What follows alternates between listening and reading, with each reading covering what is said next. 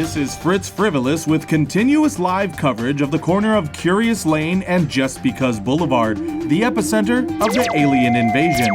And this just in, King Kong is fighting the Mobile Suit Gundam. And of course, all of this is happening amidst World War IV, making it pure pandemonium. If only Captain Planet were still alive to save us all. Dude, could you imagine?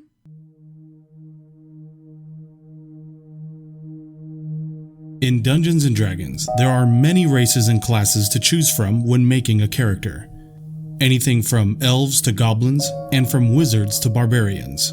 Each one having unique skill sets that may prove handy when adventuring in the world of D&D. But what if you could choose these facets of your life? What if you could create yourself with the options available to you in Dungeons & Dragons?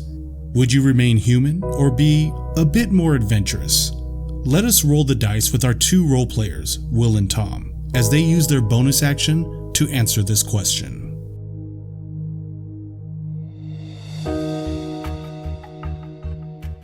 Welcome back, everybody. This is Tom Case. This is Will Stark.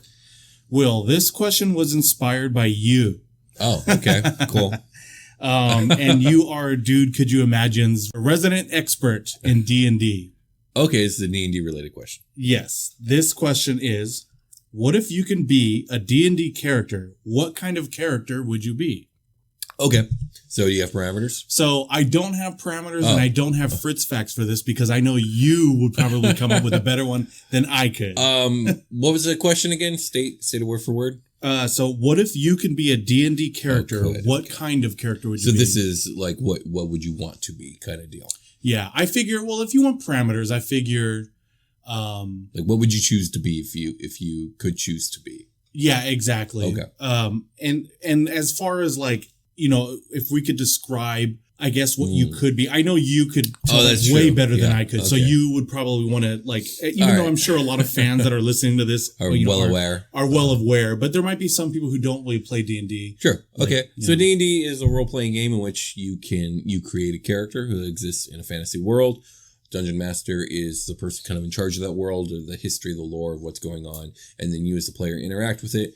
As a player, you can choose amongst a myriad of classes and a myriad of races being like elves, dwarves, goblins, to stuff most people might not be familiar with, tieflings, Aarakocra, a bunch of other exotic races. Way more than I thought there were. Oh, there's like 70 different races you can be. Oh, really? Okay. Yes, and I believe there are 12 base classes. A lot of them are concepts I think people are pretty familiar with.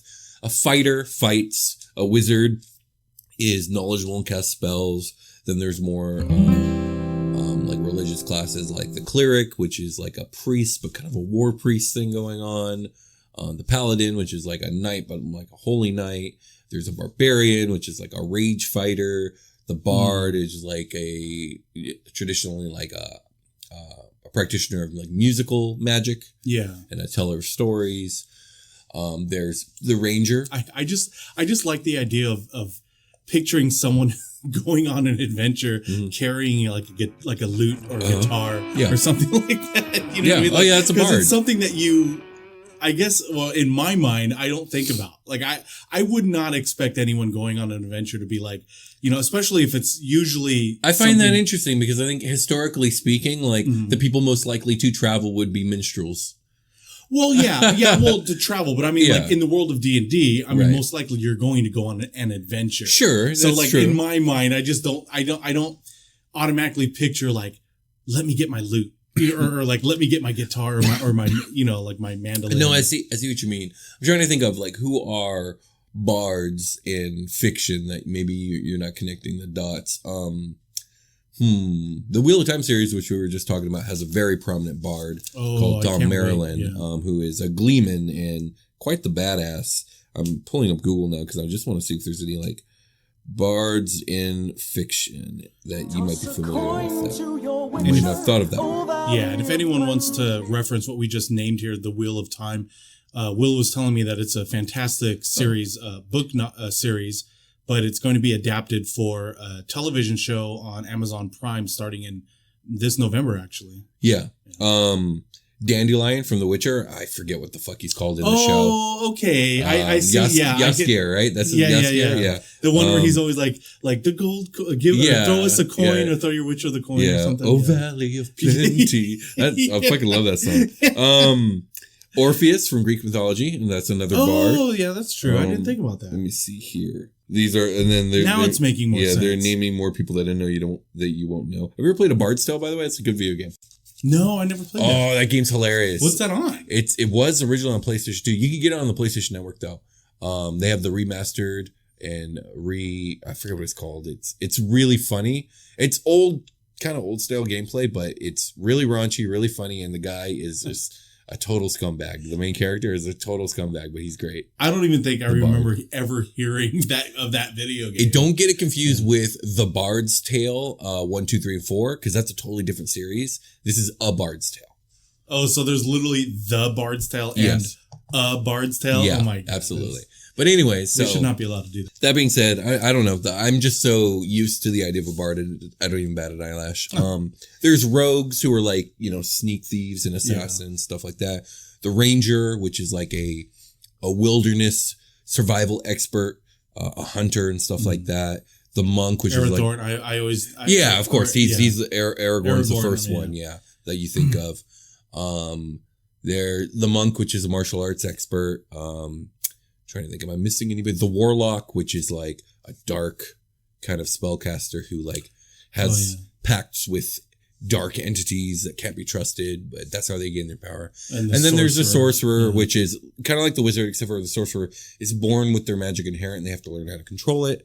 There are other classes. There's the artificer, which is like an inventor, a magic inventor kind of he deal. can make like magical items or they're like alchemists and magic item creators and stuff like that. And then there's more niche ones, but those are your basic classes in D&D. Yeah. Do you have an answer for this question?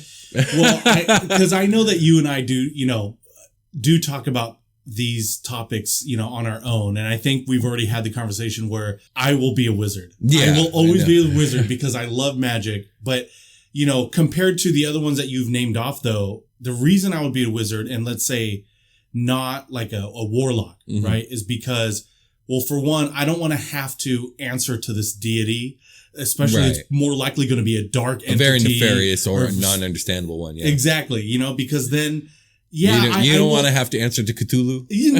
Because I'll have these awesome powers, but what's good about it if I can't use them the way I want to use them? Because obviously that entity or deity or whatever bestowed these powers onto me to do their bidding. Right. You know what I mean? Or at the very least as an exchange, I will give you these powers, but when I call on you, you got to come. Yeah, exactly. And I won't always call on you, but when I do, you got to be here. Yeah. And then let's say, like a cleric, I think you said is kind of... That's another, you have to worship, you get your powers from being pious and following the teachings of your God. Yeah. And which, to me, I would also find very limiting.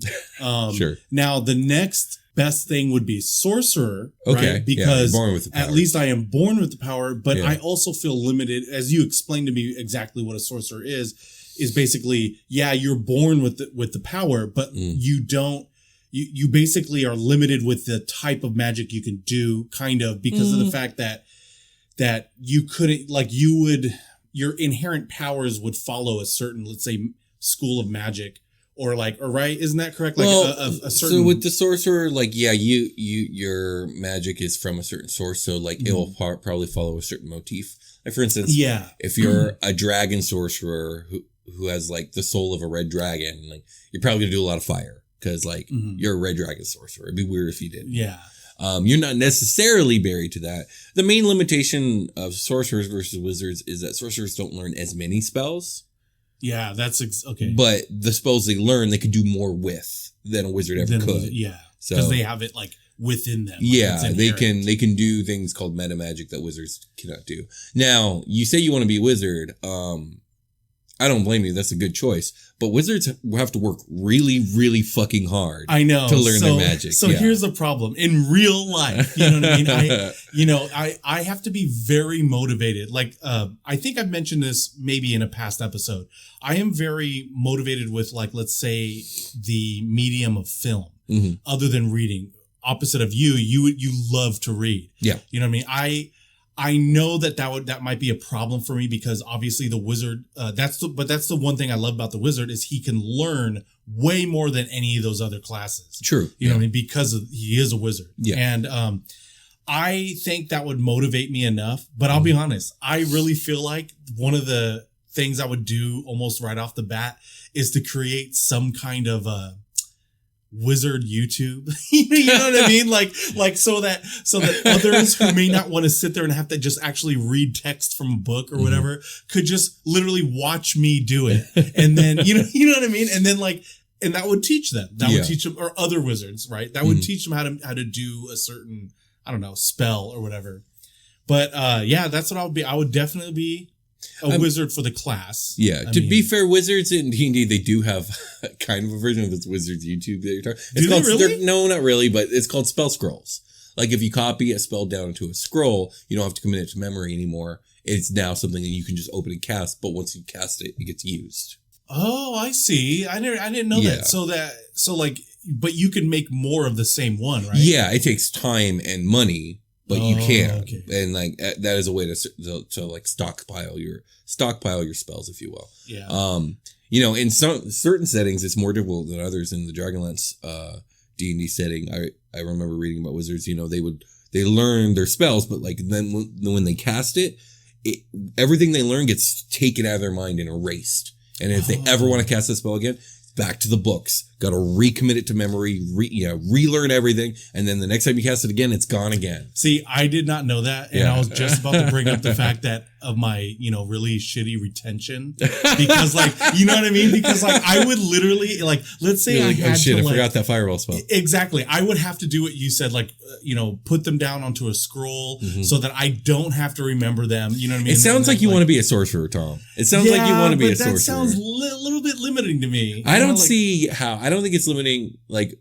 What's the limitation you're imagining here? Can you give me an example? I'm imagining that if I want to, let's say I'm a sorcerer and I don't know, like you said with the red dragon thing, whatever, and I have fire spells and all this stuff, right? Yeah, sure. Well, what if I wanted to do things like, I don't know, maybe it's with lightning and with maybe a little bit of necromancy or something or whatever it is, or something that's not relative to you will have access to spells of other schools. It's just you are, as in game terms, you're usually rewarded. So let's say red dragon sorcerer, right? You're rewarded because any fire spells you learn and cast do extra damage because it's inherently tied to your red dragon soul. Oh, so it's it's not so much that you can't do other things. It's just that you get really rewarded for doing certain things. Oh, so it's not okay. that limiting. Your main limit, again, is you just don't learn as many spells. But you're already saying here that you can't memorize. I know, right? So. Now I'm starting to think about it. I'm like, what? Maybe I should be sorcerer. Yeah, I can see you being a sorcerer. Plus, sorcerers cast their spells through sheer force of will, through their charisma. Mm-hmm. It's not due to their intelligence or their memory or any of that other stuff. It's just through the power of their persona, through their strength of will, through their desire. Oh, you know what? I'm very much like that in my personality, right. I feel like. Yes. I feel like you're right. I think I would probably be better fitted as a sorcerer. Yes, I instead agree. of a wizard. Absolutely. Yeah, you know what? Yeah.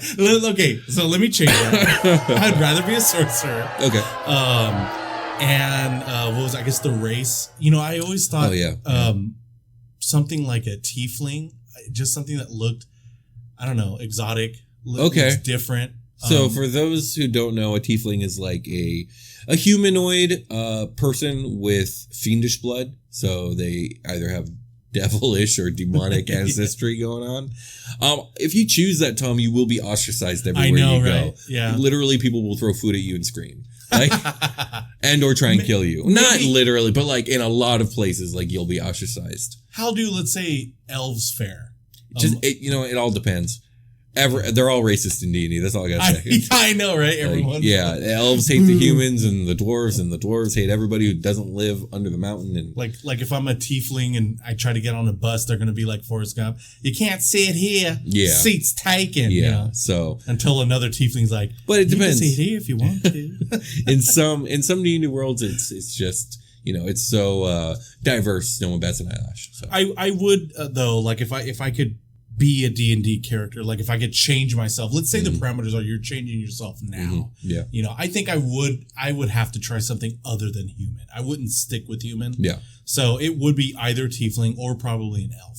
Okay. Yeah. Elves are very long lives. It's not a bad choice. But what would you do with your time? Like how would you spend your day? Would you go be an adventurer? Oh, that's an interesting question. I didn't get that far in my head when I was thinking about like just curious. I mean, if I had those powers to begin with, like or I'm not to begin with, but like if I had those powers once I changed. We said sorcerer. What kind of sorcerer would you want to be? Like there's so many different kinds. Like obviously I know you don't know what the options are, but like where would you want your power source to come from? Like why were you born with magic? Oh, well, where are the sources? There's I mean, like you want me to start naming them all? Well, like give me an example. Okay, so there's Dragon Soul, there's Wild Magic, there's Storm Sorcerer. Oh, there's okay. God, there's a lot. There's so Celestial. I'm like Storm. I could manipulate weather and like. Yeah, but like your power source is like you were like maybe there was a wind genie in your genealogy, or maybe you were born like amidst a powerful magic storm and you got infused with magic. Okay. Well, what about what was the other one you said? Wild magic? Does that have something to do with nature? Not especially. Usually it has to do with chaos. And so like it could be something as benign as like, you were born in the Feywild or something, but usually it's more like you were born under the influence of certain like planes of existence, like limbo or the far realm or stuff like that. Oh, okay. You know what?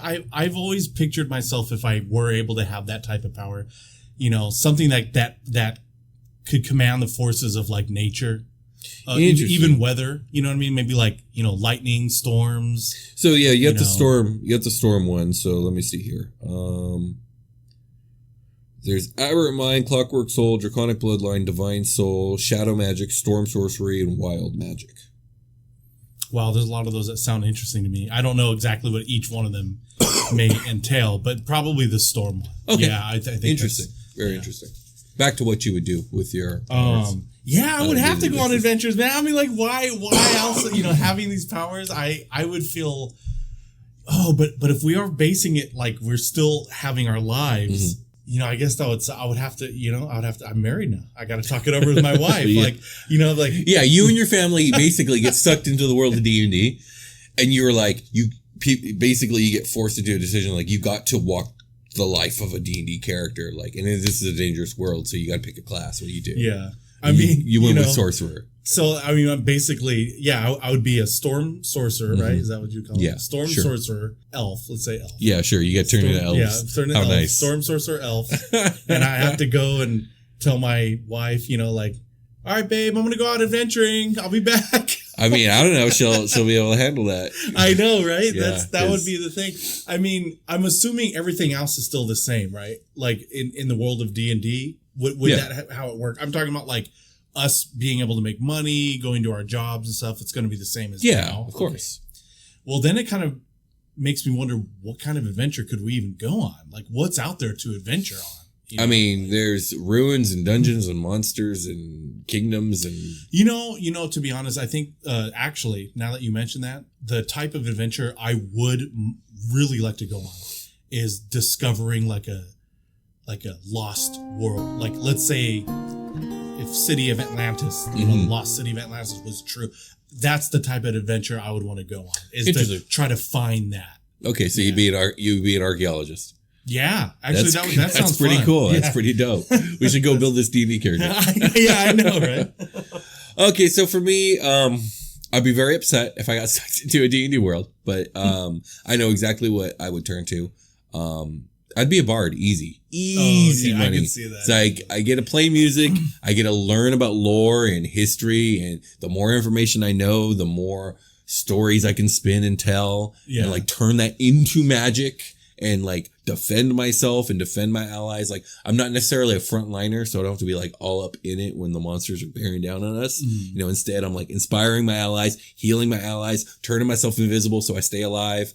You know, doing stuff like that. And also it's a built-in job, dude. Like I get to travel from nice city to nice city, singing about dope shit and seeing the beautiful countryside. You did bring up something else though too. I didn't think about. You would probably need your adventure, your group, your, what would they call it? Your companions. Yeah, sure. Companions. Yeah. But even as a bard, I wouldn't necessarily need that. You know, I might just travel along with a caravan. You know.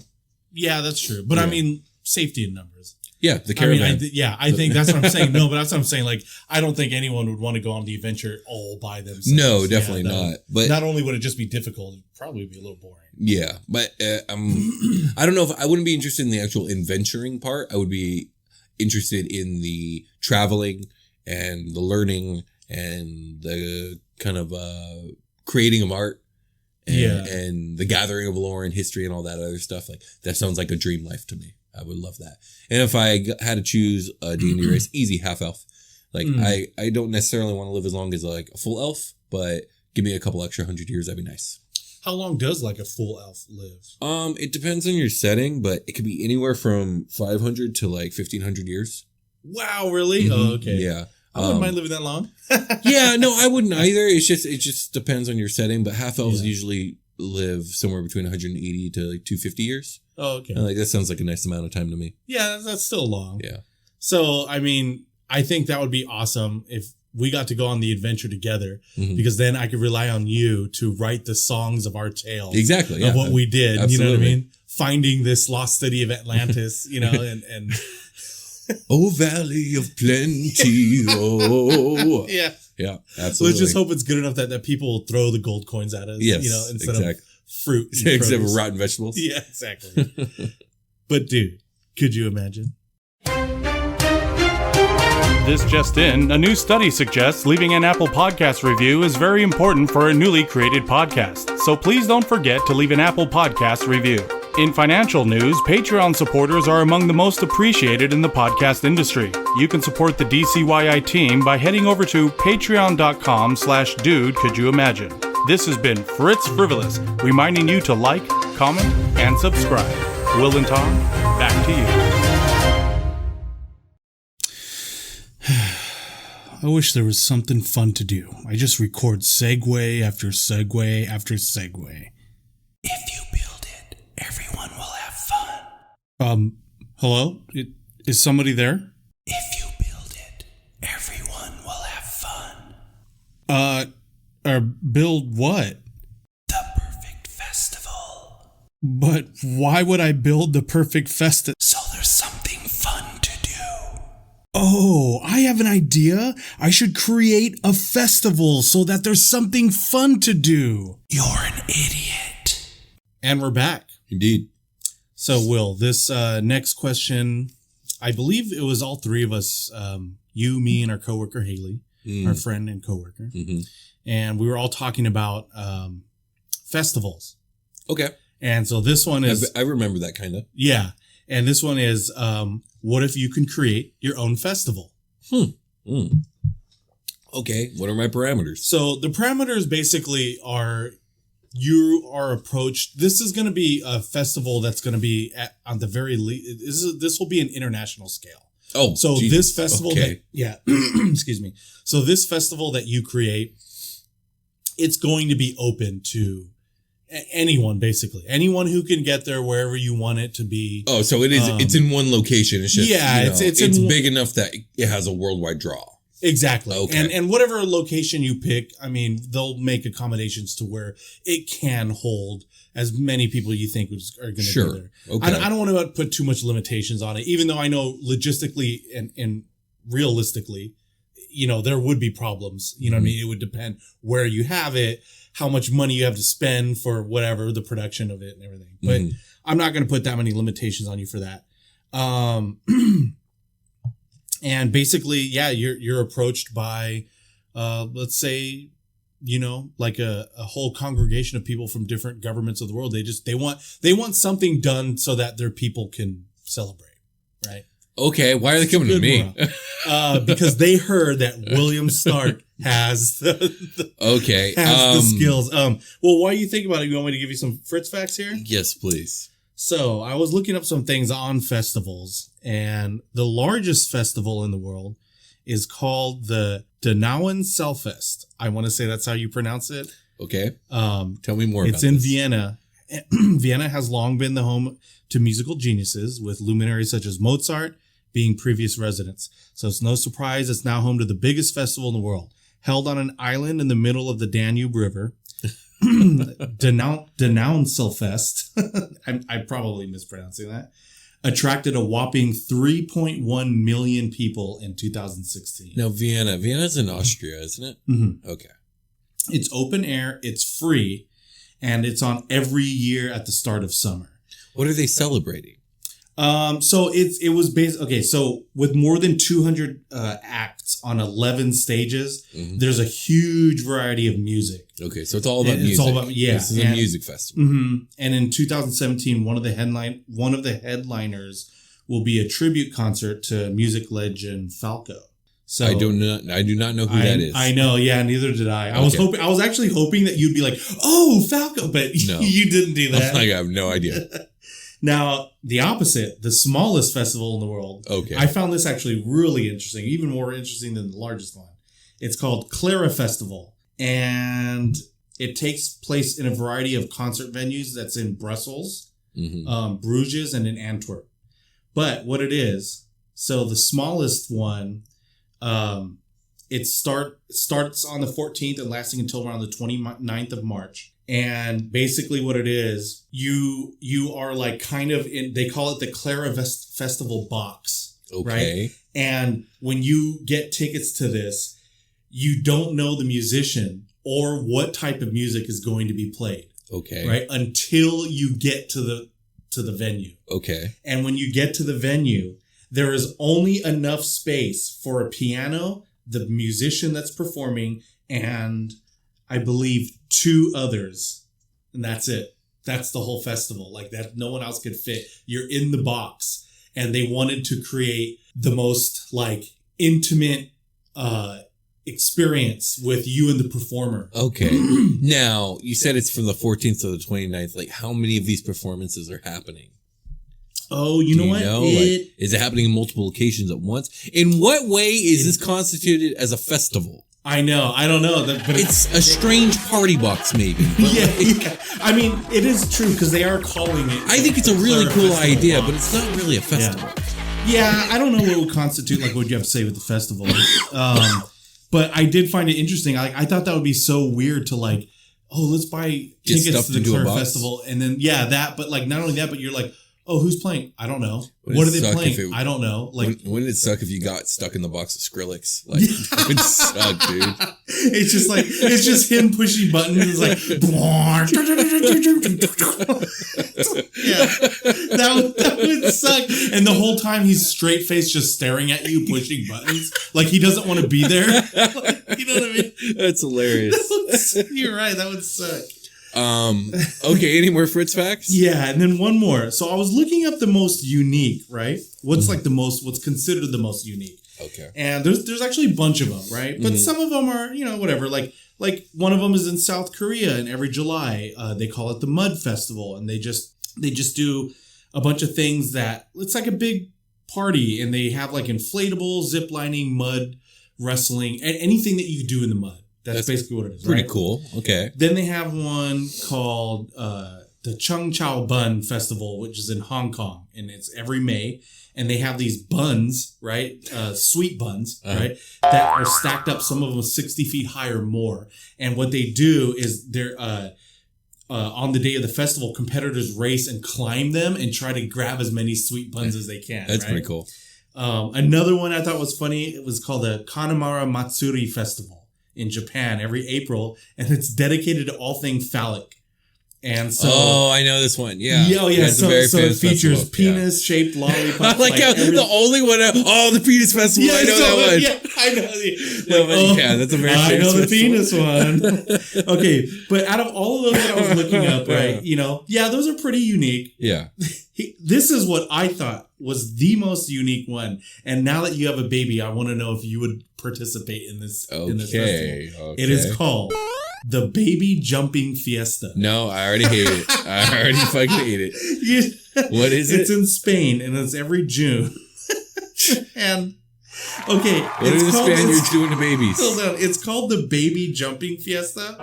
When I first read that, I was like, "Oh, so what is this? Like, you try to have your baby jump, right?" That's what I went to. I went to jumping over a baby, and that's exactly what they do. I fucking hate it. They have babies lying on blankets. You just jump over them. I do not know why anyone would want to put their baby on a blanket. There's no, the best case scenario is you've jumped over a baby. Hurrah. Right? The worst case scenario is one of the millions of you fucks up and kills a goddamn baby. Exactly. I hate you this. landed on the baby. I hate this festival. I don't know why they would do that. I don't know. I have no idea.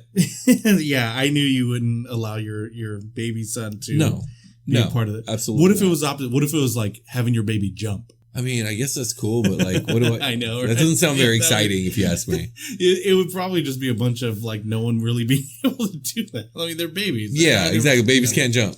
Yeah. Do you have a festival that you would throw? I do, William. Okay. I'm so glad you asked. Good, because I got nothing over here. Oh, really? Absolutely nothing. You know what oh man. Okay, let me try to explain this. My brain's probably going to fire off faster than my mouth can spit out the words. Okay, let's hear it. But I'm going to try.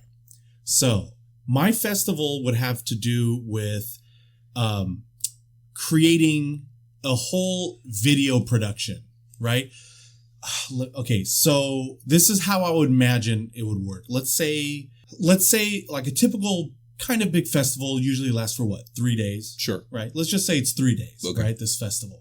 And what you do is when you buy tickets to enter this festival is if you want to participate, you're going to have to first submit your idea for a film or whatever it is, right? Short story, whatever you want to do, right? Mm-hmm. You submit it so that they can, once they receive it, they can already know this person may need this type of camera. This person may need this type of set. Maybe they need this space. Maybe they need these special effects, whatever, right? Okay. Then on the first day when you go, you set up everything. You set up everything you need, however you need to set it up. The second day... Who's providing the cast? That's the beauty part of this festival. This festival will incorporate all facets of what is needed. So actors will come to this festival. Okay, looking to get cast. Direct people who want to direct, people who want to edit, people who want to do the musical score, people who want so it would be just a whole mixture of making a whole film. Mm-hmm, you know what I mean? Mm-hmm. And except for I chose to go digital, using video instead of film because I just feel like that's probably more cost effective and easily done if you want to do editing. Sure. Because you only have 3 days. Mm. But that's what the thing is. So the first day will be setting up / shooting, right? If you can get to the shooting stage, cool. The faster you can get things done, the better for you, right? Yeah. Because the second day is going to be all about shooting. And if you could get to editing, awesome, get to editing. Third day is going to be all about editing. Okay. Now, after the festival's done, 3 days, or whatever, let's say it's 4 days. Yeah. After that, then you get to screen it. It would be a whole huge, you need a fourth day. You need a fourth screening let's say day. It's 4 days. Fourth day is screening day. Yeah. I just always thought that would be so cool to me in my head. I think his name is, Joseph Gordon-Levitt. Yeah. Right? The actor. Mm-hmm. Yeah. He started, I don't know if he started it, but there was something he did that was called just hit record or something like that.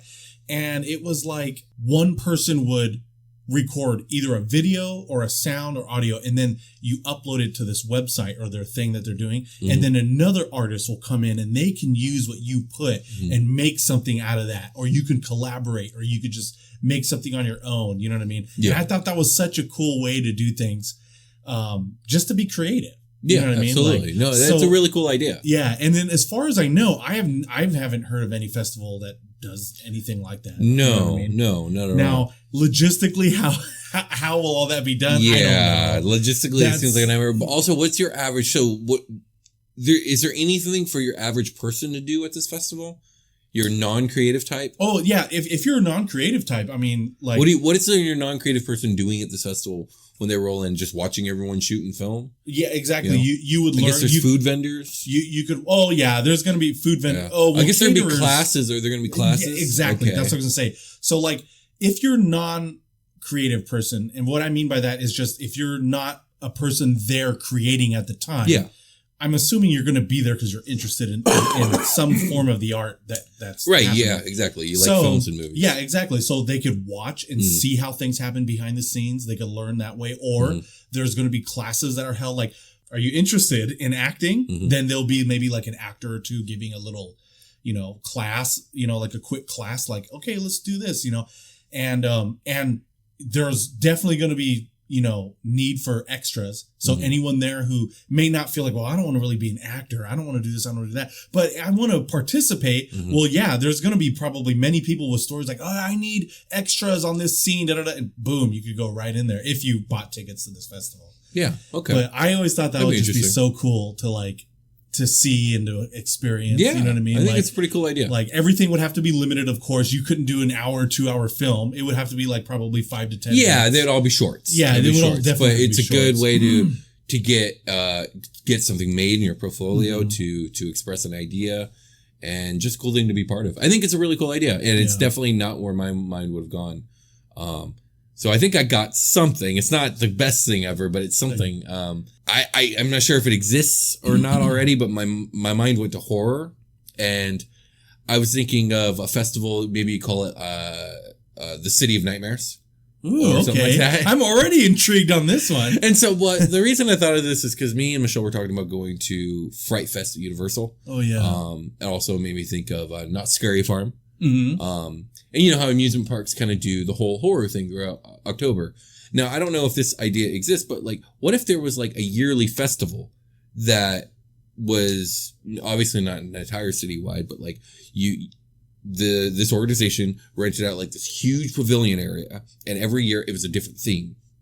And so one year it might be like Dracula's castle, right? And so, you pay for it, you go into this area, and they do it up in as authentic and realistic as they can. They make like, I don't know, the Transylvanian countryside, they have actors upon actors, everyone's role playing. Like, so like the food there is going to be like real, like, 1800s Transylvanian food, you know what I mean? Okay. And, so like it would really be a period piece. Yeah, it'd be like a period piece, and then of course, you can go into a fully made like Dracula's castle, and you will encounter like the scary things. And like while you're there, you're like living in a horror movie until you get out. Kind of like Not Scary Farm, but like dialed up to 11. But then every year could be different. It could be like, you get a year of like, Lovecraft's nightmares, where like you walk into like a Lovecraft movie, and it's all like Cthulhu and cults and all this other stuff. Or you can have like a Silent Hill, like, and like you could just do different things. And it's kind of like enter at your own risk, because like no one's going to hold your hand once you're in there. Yeah, that's true. Yeah, when you go in, you're going for the full immersive horror experience. So, like, if you're going in there, though, are you like, let's say, because people in horror films, some people survive, some people don't. Right. Now, are you subjected to something where you may not, quote unquote survive? Like, the only thing I could think of that is like that is, have you ever heard of the Museum of Tolerance? No. Right. So the Museum of Tolerance is it's a museum that it's dedicated to the people of like in Auschwitz, like during World War II and stuff, right? Mm-hmm. And the tragic horrors that happened then. But what you do when you go through this museum, I haven't been yet, but I was told what you do is you would be given someone that was really there, right? You would be given like their name, like you are now this person or whatever. Wow. And you don't know until the very end, but you follow, you learn all the history. And then at the end you find out if you survived or not. You know what I mean? Okay. Not to go dark. That was no, dark, but that's an understandable comparison. But yeah, I was thinking, but for horror movie night or like or your festival, like, is there something like that where you may be like... I like the idea, but how would you implement it? Because you don't want to like rob anybody of their experience, right? It's like, I'm going to the City of Nightmares this year, and then within 2 hours you get killed, there's two ideas right now that well, maybe you can have multiple shows, right? So maybe it's like okay. you buy your ticket, you get to go to the festival, right? Which is going to have like all the different entertainment that's themed, whether it's like shows that are themed, music that's themed, food that's themed, all that other stuff. You have access to all that stuff and spectacles. Mm-hmm. But then there will be like, how like when you go to, again, these horror amusement parks, there's like, they have their mazes, right? Oh, yeah. And you can go to different mazes. Well, instead of mazes, you would have, I don't know what you call these things, but you would have different spectaculars, if you will. And like the shows that they put on? Huh? Like the shows that they put on, you mean? I can't remember a name, but I know like Not Scary Farm does where they're like it's like, Freddy Krueger's, Sure, like, no, but whatever. I'm back to the City of Nightmares Festival where there will be certain like spectacular events. So like we'll use Dracula's Castle. Mm-hmm. Okay, so like we could do Dracula's Castle, and Dracula's Castle will be one of the spectaculars, and then we could have a few other. We could have like the Witch's Cemetery. And okay. Now I see what you're saying. So like different areas that are like kind of the Werewolf's Den, right? Yeah, okay, those would be like your three. Maybe we'll have a few others, and like you could buy tickets to each of those. But when you go in, like you're entering that domain, if you will, and you could die. And if you die, you're out. Oh, and you're back out into the festival main. You know what I mean? The main. Yeah, I see what you're saying. And like maybe with a ticket that you buy, like maybe it's like a bundle ticket. It's like I bought my City of Nightmares pass, and it came with a ticket to each of those. But what's great is like you can go Groupon, right? Yeah, your Groupon. But what's great, like let's say you go to the Werewolf's Den, and you have your experience or whatever, but you die. But you really liked it. You want to do it again? Well, you can buy a ticket for the next cycle. Oh, I see what you're saying. Like, you're not entirely robbed. And they're like, not. I don't want to jip people, but also like I don't want to rob people of their ability to like experience the stuff. Yeah, like you want them to. I do want there to be stakes where it's like, no, you can die. Yeah, and so like you might have to do it a few times. Those tickets aren't going to be as much as like the main. No, like ticket. I want the main attraction ticket to be the main thing that gets done. Like that's your main purchase. And I'm not sure, like, and so those maybe would be in-park purchases, like those other spectaculars. Okay, this is how it'll work. You'll buy a ticket, and that gives you access to everything, and each spectacular once. But if you do a spectacular and you die, that's it. If you want to do it again, you can pay for a spectacular pass. Oh, okay. But that's more money if you want to do. But you get each one of the spectaculars at least one time. Oh, okay. And it'll be like a 5-day festival.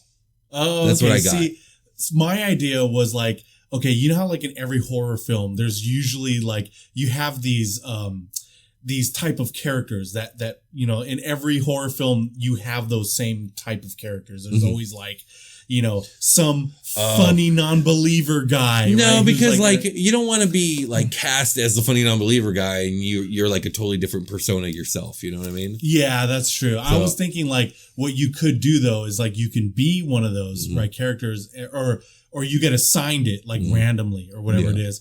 But that's also how like the death thing happens. Is like it's random. So that way and then if you died as that character, you can go as another character. Right. Through. But okay, I can see what you're saying is a little bit better. But what I was wondering would be, okay, what do you mean like what constitutes as a death? Like I was going to try and get into that. So I really do want this to be really immersive. So like let's say it's like a Grudge themed. You've seen The Grudge, right? Mm-hmm. Okay. What if it's like a Grudge theme thing, right? So like there is this whole thing's going to take some signing of waivers. Like you cannot strike one of the actors. Like that is just got to be against the rules. Yeah, and then I would hope so. You will also have to sign that it's okay for these actors within reason to like grab you and drag you away. You know what I mean? Okay. Or pick you up. You know what I mean? Okay. You have to sign away that legal right.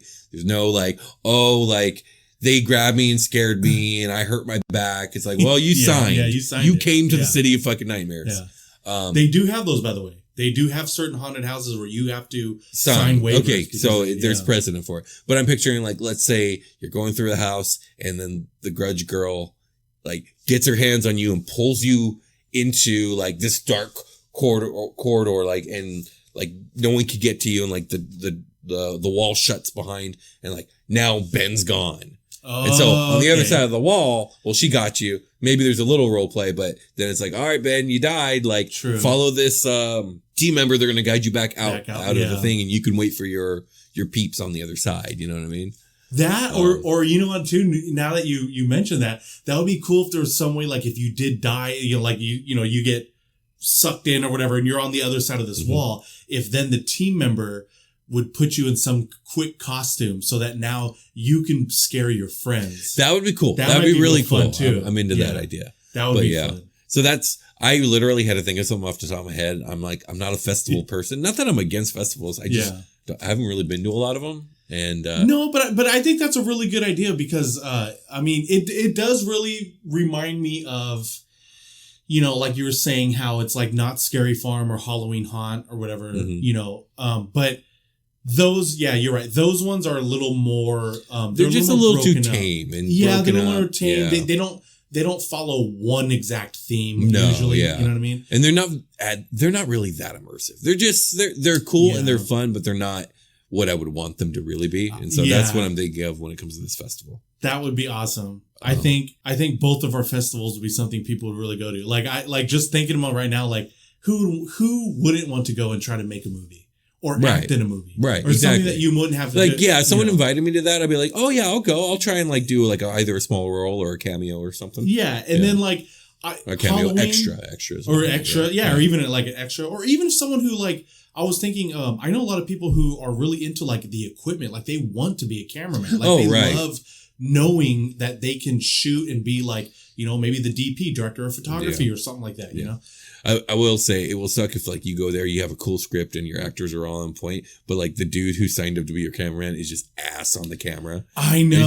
You shoot the worst movie. I was thinking about that. Like I was thinking, well, what would be the bad parts of doing things like this? No quality control. Is limited quality control. There's no, it's limited, you know, like, but that could just be part of the beauty, you know? It's just, you know, you never know what you're going to get. It would create that thing of like, okay, I'm going this year because you know why I'm going to go this year? Because last year when I went, I just got stuck with these actors that just couldn't portray what I wanted them to portray in my story. You know, there should be an option to go with a team. Like let's say, it's like if you're a writer and you got like a director and a cameraman that you know and trust, and like you know that the three of you can be the core that can make a thing happen. You know, so going as your group already. Like if you already knew. You know, like I have everyone in my group and each one is assigned everything that I need them to do. Yeah, you could do that. Yeah, for sure. Yeah. And then your festival, man, Halloween is already my favorite, holiday anyway, or time of year. So like, no matter what, if I already saw that, like what you're describing, I'd be like, oh, yeah, we're getting tickets. We're going. Like, you know what I mean? But I was going to say, I want to call it City of Nightmares because I want it to change cities every year. Oh, that would be so cool, it's like it's in LA and then it's in New York and then Chicago and then maybe we go maybe like I would like there to be one in the US like every year and then we can have other ones happening around the world too. Different ones. Yeah. So if you do that, man, I hope that because I would hate to be like, oh yeah, this year, it's in New York, I can't get to New York. You know what I mean? Like I'd be so hard, but I mean, if it was big enough, I guess like you could have like 3 or 4 pop up. In the States every year. Yeah. But just based off of what you said, I think that's a really good idea. That's like I haven't seen it done that way, or heard about it done that way to where, there's stakes to it. Because like when you're going through the maze at like Not Scary Farm, you're just going through the maze and that's it. And you're going to get scared and at the end you're done. But like if you're like, okay, I'm going to have to complete these goals or whatever it is to quote unquote survive. Right. Like that you have to live through the horror movie. Yeah. Another fun one would be a zombie one, because that one can like take over the whole park. It's like, okay, we're gonna we'll have like a zombie, not a rush, but a zombie like a patient zero event, right? It's like things are going, we're doing the whole horror thing, and then suddenly like alert, like infected have been seen in the area, right? And then you drop like 3 patient zeros in the park, and then everybody that they like grab tag or whatever, gets tagged, and then you have to be a zombie until eventually like there's only like X amount of people left. That would be cool. Who survives? Like basically it could be like an hour-long event. It's like how many people get infected, how many people survive. Oh, and then at the end of the night you can see the stats. Yeah, and exactly. Like see the survivors or the like what do they call them? What do they call it? Like you put their name up in memoriam. You know the fallen. Yeah. Oh my God, that would be so awesome. And like I said, different themes every year. Like you could have a lot of fun with it. Dude, could you imagine? And that is all we have for you tonight. We will continue to bring you up-to-date coverage as new imaginings develop. Please don't forget, you could join our Patreon at patreon.com/dudecouldyouimagine. Another way to support our podcast is by leaving an Apple Podcast review. You can subscribe to us on Instagram at dude_couldYouImagine, on Twitter at DCYimagine, and on our YouTube channel where you can leave a like and a comment. If you would like to contact us with what you are imagining, you can email us at dudecouldyouimagine@gmail.com. This has been Fritz Frivolous, and from all of us here at Dude Could You Imagine, keep on imagining. Oh man, I was so worried I was going to come up with anything. No, I was drawing so many blanks. Dude, I want to go to these festivals now, man.